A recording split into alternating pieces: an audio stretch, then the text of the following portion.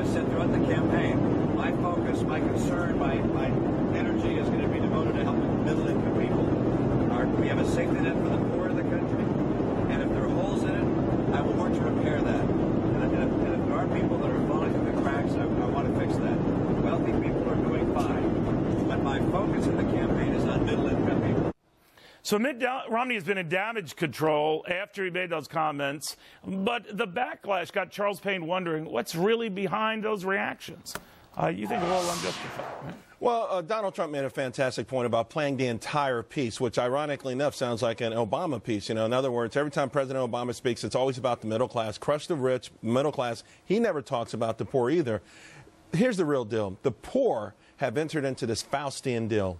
And the deal is, you take care of us to the point where we don't have to even take low-paying wages. We'll give you our vote, but you also got to give us political cover. You can't let anyone beat us up. You can't let anyone demonize us. Demonize the rich guys, but don't demonize us. And we'll stay poor, and this is the Faustian deal. So how does he counter the criticism that is Mitt Romney, even from, you know, conservative thinkers, the Charles Krauthammers and the like, who say that it's not a compelling way to sell conservatism? It's not. It sounds heartless. It does. It isn't. I know what he's saying. But it sounds heartless. You know, this is, I think, a big problem for the Republican Party in general. But we've got to get away from this notion that we have a caste system in this country, that somehow if you're born on food stamps, you got to die on food stamps, because obviously that's not what America is all about. I hate even talking classes. I myself try never to even use the term middle class. We've got an economic ladder that people move up and down on all the time. It's a beautiful thing. Well, you grew up poor. You were in Harlem. I had two childhoods. My first half of my childhood was on Army bases. It was wonderful. We lived in beautiful houses, and then we lived in Harlem,